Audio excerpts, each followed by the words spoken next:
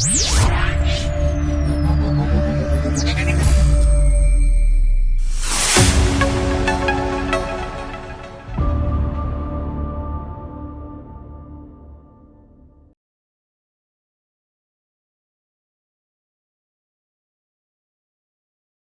good afternoon, everyone. Thank you so much for being here. My name is Radhikka, and this is such an interesting topic to unpick. It's actually in one line a very simple question: is direct to consumer really direct to consumer in today's world, right? And as I introduce this topic, I would love for all of you to just think back 10 or 12 years. There was a huge D2C wave, and the idea was really simple. You own the brand, you own the customer, you cut out the middleman, and you pocket the fat margins. But when we are talking here in 2026, we have to honestly think that have we really cut out the middleman, or essentially the middleman has just taken another form? It has evolved. Is it a Google? Is it a Meta? Is it Amazon? Is it Flipkart? The middleman still does exist. Now, the founders who are sitting here, all my panelists, are people who have been able to navigate this question to the best of their advantage. They've done well when it comes to them as entrepreneurs and also for the brands that they have created. So it'll be interesting to hear from all of them. I'll start by introducing Neha Kant, who is the co-founder and director at Clovia. And she's someone who brings the perspective of a builder who executed one of India's largest and most discussed D2C exits to a strategic retail giant, Reliance. Then we have Arjun Deshpande. He's our youngest panelist, all of 23 years. And he was 16 when he actually launched generic Aadhar. And he really brings the perspective of a structural disruptor who has bypassed the digital ad race entirely, and he's tackled some massive inefficiencies when it comes to India's healthcare and pharmaceutical sector. We're also joined by Aditya Aggarwal, founder and MD of Spaceman Spirits Lab. And he has a very interesting playbook really about premium storytelling and category scaling. He's someone who's demonstrated how an alco-bev brand can leverage a strategic distribution partnership and expand globally as well. Also very pleased today to be joined by Mahesh Narayan. He is the MD of GPT-1 Ventures. But Mahesh is someone we will really be picking the brains of today because he has been on the platform side. He was part of the founding team of Google in India. He's been in leadership roles at Savan, at LinkedIn as well. So he's someone who knows everything about platform algorithms and the true cost of digital attention that entrepreneurs are actually paying today. So let's get started with an opening question. Aditya, I'll start with you, and this is for all of you. Just brief comments on who is the middleman for you today when it comes to your brand. So when I talk about the alcohol industry, slightly different than what it works with everybody else over here. So of course I run an alcohol company. I also run a non-alcoholic beverages company. So on the alcohol side first, the middleman for us is quite traditional. It's still the distributor. We as a producer sell to a distributor who then sells to a retailer, and then the retailer is the one who sends to the end customer. So both the distributor as well as the retailer are traditional middlemen for us. However, when I talk about my other business where we make non-alcoholic spirits, then we act as a traditional D2C company. When I say traditional over here, a slightly nuanced terminology. But again, we've got our Amazon, we've got the Shopify, we've got the quick commerce guys now that act as our middlemen over there. Okay, understood. Neha?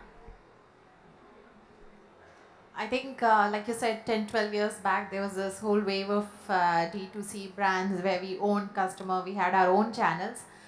And I was part of that wave. So I can say that when you start and initially when you get your first 100, 1,000, 10,000 customers, you feel very, there is a slight arrogance and you feel like I own the customer, I don't need the middleman. But as your brand grows, life humbles you and you know that there is no way you will have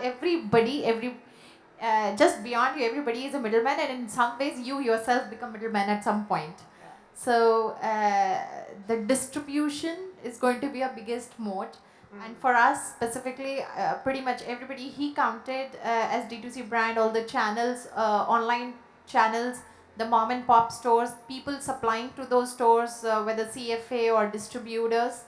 And there is a new there are newer channels getting created every day online, the telegrammer channels, the instagrammer channels. There's this whole wide berth of distribution channels. So I think it's better to think of them as a distribution channel than as a middleman. Potato, potato. A little bit like that. Tomato, tomato. Yeah, Kind yeah, of like that. yes, Okay. yes. We'll get initial thoughts from you also, Arjun. I think you have, in a sense, become the middleman also now because you're sourcing from, manufacturers in bulk, and then you have sort of a franchise model now. So, are you the middleman, or who is the middleman for you? At generic Aadhar, what we are doing exactly is that for me, the middleman is all the MNC companies who are coming to India, branding their own products and manufacture the products in our own WHO GMP facilities, who are made in India manufacturers, and just label them in the MNC company's name, and 10 rupees product they are selling at 500 rupees. So I believe they are the middleman for us, and what we are doing on it's that we are bringing a change in the healthcare ecosystem, that from direct manufacture how an patient can get the medicines at affordable rates. So all the medicines what we are selling, from cancer medicines to diabetes medicines, is up to 80% lesser price as compared to branded counterparts. So medicine remains same, quality remains same, manufacturing also remains same. It's just that supply chain, we have made an innovation over there. So I believe that if we make an innovation in any kind of business, that will change the dynamics of an industries. And I believe for me, middleman is all the MNC companies in India. Okay, understood. Mahesh, from the lens that you're looking at all of this happening, first on the platform side and now an entrepreneur yourself, who do you think is the middleman today? Look, I think the fundamental structure of a middleman has changed. It's transformed. Earlier, it used to be the distributors um, and the folks who would have offline presence. Today, the platforms are today the new middleman is the invisible middleman, who is the platform, right? And you name them all. Uh, Not tomato, but Zomato, not tomato, but Zomato for sure. The I think the power shift has happened as well in terms of what if you look at any major FMCG brand today, they're optimizing for distribution through quick commerce. The growth rates are through the roof. Um, Speed is the name of the game, and the combination of content and distribution is now the winning kind of combination. So from that perspective, there is a whole new middleman that has emerged. Exactly to your point, they're not middlemen; they are invisible platforms, and that's going to keep emerging for. It's going to keep transforming further as well. You named a few, but the next wave is already here, which is AI.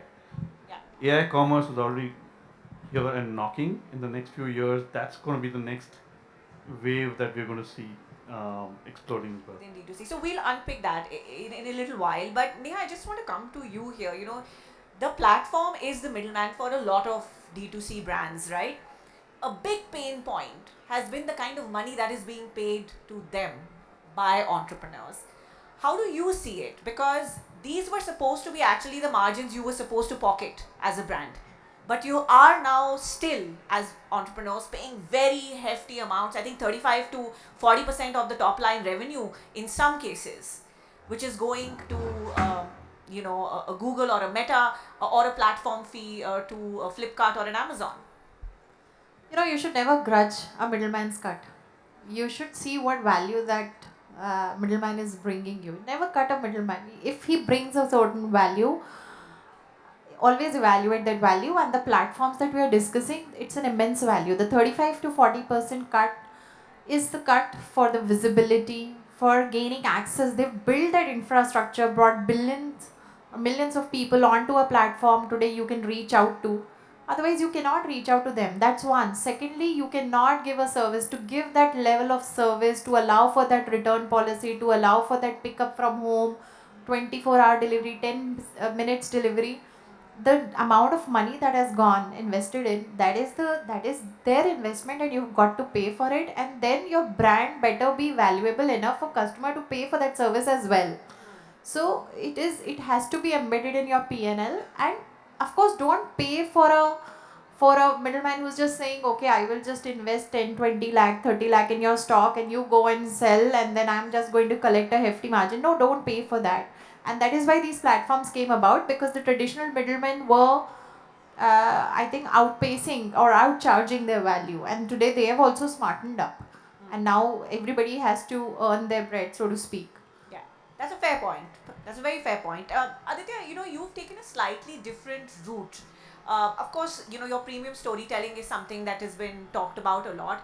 But you went towards Tilak Nagar, right? And you got your foot in the door when it came to international presence, which perhaps was not possible if you were operating alone. Tell me about that aspect. Right, so dividing that question into two parts. First, the involvement with Tilak Nagar and then the international part of it. Tilak Nagar industry, see, alcohol industry, as I said, is very different from the traditional model. In each state, legally, we are allowed to have one distributor, and that distributor is tied to us from a governmental standpoint and an excise standpoint. So when Tilak Nagar came in, states like the northeast of India, states like Kerala, states like Tamil Nadu, as well as channels like the CSD, which are the canteen stores departments, the army canteens, which are big distribution channels for alcohol, were completely inaccessible for us because we were culturally unaware to go and sell in those markets. It's very different for me to sell to a like-minded customer in Delhi, Bombay, Bangalore versus selling to a customer who's, let's say, in Kerala, or selling to a customer who's there in Northeast. Tilak Nagar came in with that expertise where they were the masters of the southern and eastern states in India. So it was a very good fit for us in terms of getting that distribution and that trust from the distributors overnight. And then when we talk about the international expansion part of our business, that is something that, it was grown by the team and I organically, primarily based on the love that our product received from the people that tried it. I always say that, the packaging, your labels, your social media, it could be as beautiful as one can imagine it to be. But in an FMCG product, if your product does not taste good, nobody's going to come back for those repeats. You always go back to your favorite golgappe wala, even though it might be unhygienic, because the taste just slaps absolutely.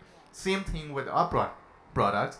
The taste is what got us that international acclaim, where the distributors, whether it were the duty frees from the airports or whether it were distributors in the Middle East or Europe, they came to us and they say that your product has the recall, so why don't you give us the opportunity to expand your market presence? So that's how we built about purely organically building that distribution out for us. And again, alcohol distribution is different from what you guys do because one distributor, one state, or one distributor, one country. It's relatively simpler to manage the ecosystem as compared to a traditional product. So you very powerfully used what was working when it came to Tilak Nagar, and of course, venturing into the international markets. Arjun, you've done something completely opposite. You've gone into small town India, smaller mom and pop medical stores. I think about 1,500 of them now. Give me a sense of that thinking as well. I believe the real India is all about the real Bharat, and I believe that the new opportunity is in the Bharat, not in India, because when we say India is a developing country, developing means huge opportunity for our youngsters. And I personally have traveled to the smallest part of the country like Manipur in Imphal. From there, the Santri Bazar or the Khoia is the last point of the country where Myanmar border starts, just 2 kilometers, and China border is on the left hand, Myanmar is on the right hand side. I believe today when I traveled over there, till that point of time, the medicines, people over there have to travel 100 kilometers to Agartala, Imphal to buy the necessary medications. We started our store right over there. So I believe when we say about the supply chain, supply system, today also people are not getting the healthcare at affordable price in that kind of part of the country. I believe that should change with the supply chain, infrastructure, everything, and the huge opportunities. So I am providing medicines worth, मतलब वहाँ पर 5,000 rupees का cost we have brought down to around 1,500 rupees, 1,000 rupees. And for me personally at this age, more than business, blessings of senior citizens, customers are more important, and I'm building that kind of venture which will impact the It's last a mile. profitable venture too. So I know you say blessings and everything, but it is about the money you're making. I just do want to have a follow up for you, because you are not as perhaps dependent on digital ads, etc., as the rest of the founders here. So I want to understand that thinking as well. So example, I will just say one customer saves the money on medicine bill. He will refer to another. That will refer to another. So we have till date you have not saw our advertisement on television or something like that, because our mouth on mouth publicity is more important, because our each and every store have a customer base of around 5,000 6,000 people, every outlet. I believe that gives us a huge empowerment to work more, and we have not just doing offline business, but with offline we are empowering the small medical stores, the chemist stores to come online. So we are an business which empower medical to do online plus offline business. So that is the ecosystem what we have created on. Okay, good to know. Mahesh, you were talking about the next big wave which will come with AI. If we look at product marketing today, the customer acquisition cost, what has AI done to that? Because that's another pain point for D2C brands. Look, AI is impacting every step in the value chain today. It's fundamentally changing the structure of commerce today, right? If you look at customer acquisition cost, and if you look at the global platforms, Google, Meta, there are AI-powered ad campaigns that you can run today, which optimizes obviously your customer acquisition cost. It is now table stakes to be able to create content, create AI-generated ads, to be able to run performance marketing campaigns. Um, what it has also done is given the opportunity for brands to be able to harness first-party data and create hyper-personalization and hyper-personalized campaigns, which then helps these brands to move from acquisition to retention. That is a big game changer. The biggest advantage that brands have today is the customer intelligence that they will be able to generate. And AI is going to be at the front and center of it. There's a fundamental shift happening even from a consumer perspective, the way discovery is happening. I alluded to it briefly at the beginning. For the last 20 years, it was search. Now the discovery mechanism is going to start changing, or has started changing, to AI already. Right? We looked at search engine optimization for the last 20 years. Now there is AI optimization, AEO, GEO, that's already here. We looked at performance marketing for the last 20-25 years. Now there is agentic marketing that you've got to look at. You can finish, as a consumer, you can now discover, get more information about a brand, and complete your transaction without leaving the AI platform. It's already here. I'm not even talking about the future, it's already here. So brands have to start thinking about how they harness AI from a customer acquisition as well as from a retention and from a first party data harnessing perspective. And this is today, it's already here. It's very interesting you say that, because at one point, Neha, especially because your brand has to do with intimate wear, and in the apparel world, the data on customers becomes very, very important, right? But in today's world, when the platform perhaps has much more data about the customer, what is the value of the customer data that a brand collects? I think a brand has to, data is not really the entirety of value, but it is, yes, a valuable asset that you own, because otherwise you keep relying on the middleman. Like you said, when you have data, there is a certain direct access you have with the customers. And it's always good to think of yourself as an omni-channel or a multi-channel brand, and your own data becomes that pipe that you 100% control, and it helps you in inventory management and feedback access and a whole host of brand building pillars. And therefore at Clovia, I mean, we've done a lot of work and now using AI, a lot of work on enriching of this data. Every touch point that we have with customer, in the olden days, every customer call that would go out, on every call, there used to be a form that one question would get asked, or every, if the person has come on the website, one data point we will fill. Of course, those are days of past, and today we do it much more differently. And now there are a lot of, in e-commerce, there's a lot of consolidation that has happened with Shopify and other cart tools. This data is becoming like common data. So between the two parties, also me and him, and if somebody's come on Clovia and then going somewhere else, uh, it's possible for me to find that customer at what she's shopping otherwise also, and find her at various places. A lot of work that is happening. As customer, of course, we've got to be careful with our data, and there are now policies coming, and we have to be very careful. As brands, we have to be careful with consent as well. And but owning data can be a strong moat to a brand. I just have one point to add to what Neha was saying. With AI now, there is a whole concept of creating digital twins. So you have your consumer base, you can create a digital twin of your consumers, and then use that from a predictive analytics perspective to be able to understand trends, future purchase patterns, and then use that from a retention and growth perspective. That is very, very powerful. And this is here and now. This is again to the points that both of you all made, harnessing data and then able to layer AI on top, create the digital twin, and then to be able to drive retention and growth from that. But is a brand's data still a moat?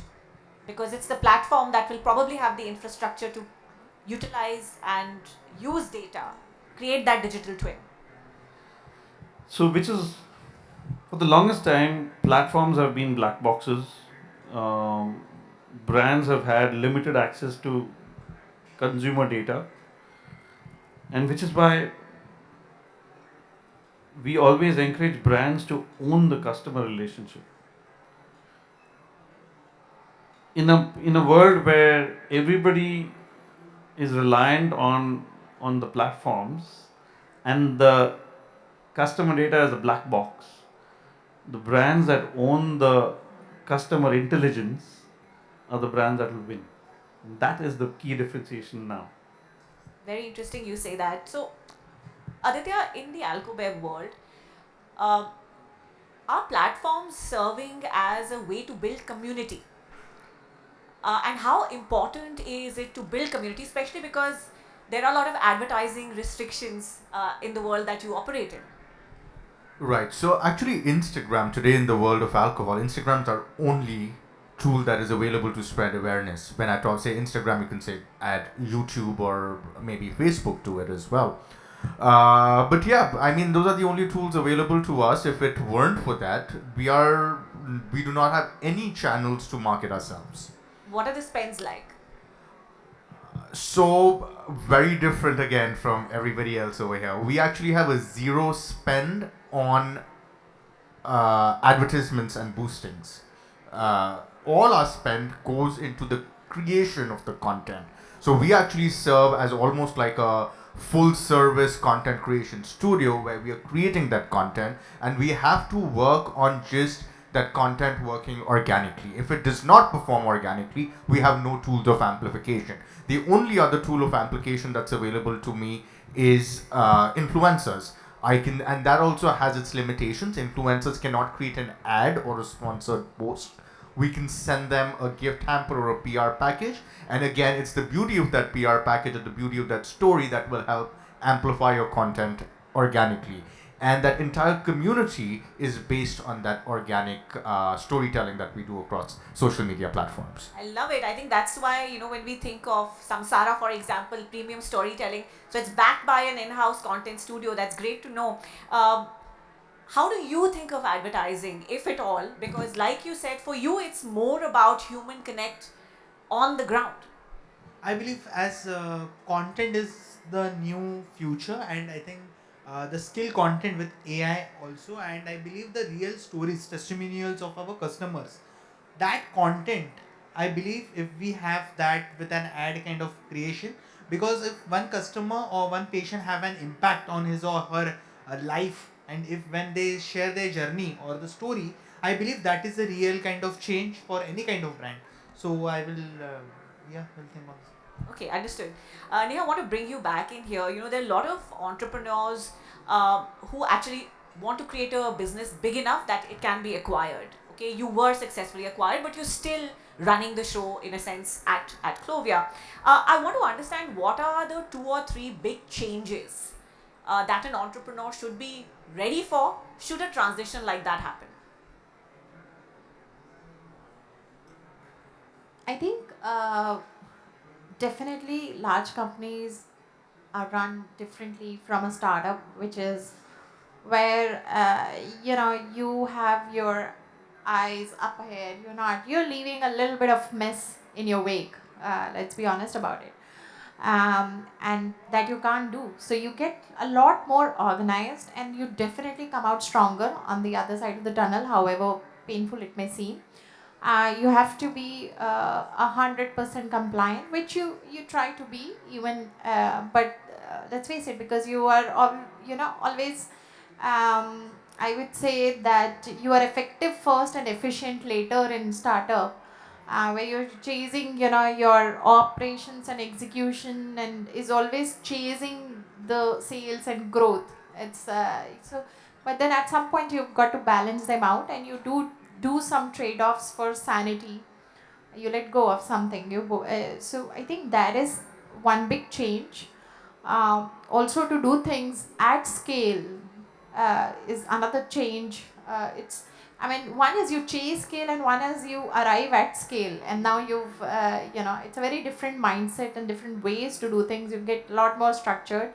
I think culturally also, the team also needs to be told that it's a very different environment in the room, which took us also some time to adapt to. So I think just that, I think a little bit more organization and less chaos is what you got to prepare yourself for.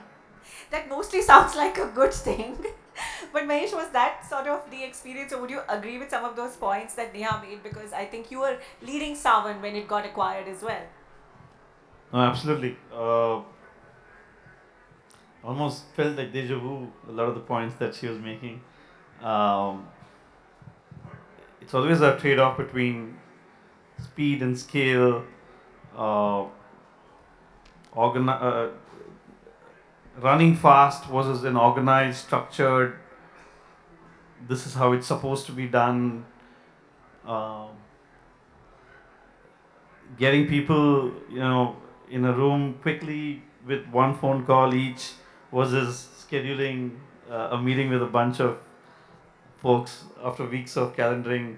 Um, it's effectively that. And well, you need both. I wouldn't say you need, I wouldn't say one over the other, because I think the point that if you pay attention she made was, one is getting, one is scaling and growing, one is arriving into scale, which is a very smart point that she made, because it's already at a certain scale you're talking about, um, and and to be able to then harness that opportunity, and see how this brand can then soar from there further is very, very interesting. So I think it is fascinating. I've had the opportunity and good fortune of being part of 4 M&A acquisitions in my career, and a lot of times it's the same, whether it's India or whether it's Silicon Valley. It takes time. There are for the first year or two, there are teams who are clueless. You got to keep teams updated about how we're bringing the smaller team into the larger ecosystem. Uh, I think patience is definitely the name of the game for the teams as well. And at some point in time, you got to be able to show the teams the larger picture as to where this is headed, so that each individual then understands why those individual components are coming together and how it's going to be a larger Sure. kind of picture from that perspective. Yeah, that's very well articulated. I think we'll just quickly take closing comments from all our panelists, and if we have some time left, perhaps a couple of questions from the audience as well. But we are looking at a wave of consolidation now, and I think Neha referred to it. For the next generation of founders, how should they be looking at the next 5 years in the D2C space? Should they be building their own infrastructure? Should they be designing their brand to be acquired eventually? What should be their frame of mind? Aditya, please start. So my perspective on this would be build a good product. If you build a good product, if you build a good story, everything else is going to follow automatically. So yeah, keeping it short, that's my piece of advice. And it's a powerful note. Powerful one. Neha. I think for next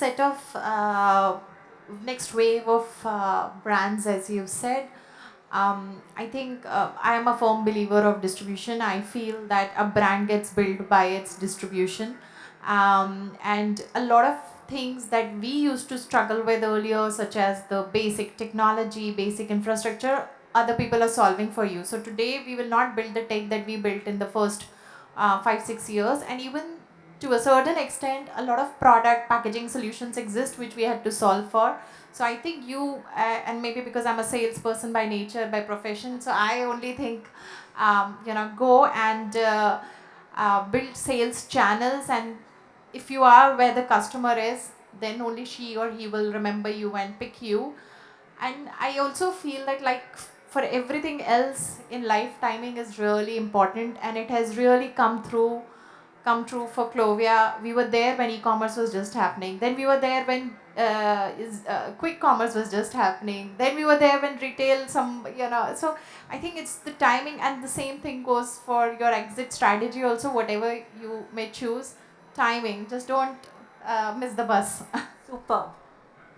Arjun. I believe AI in next 5 years, when we say Indian economy has been not 90%, I believe, has been run by the small retailers on ground, and I believe the adoption of AI should be there on the ground, as when we say about kirana, medicals and all. So that will be an change in the curve what India will see from next 5 years from now. Mahesh, last word to you. In a world where AI tools are accessible to everybody, brands that will win are the ones who own customer intelligence, storytelling, and who are authentic. Absolutely.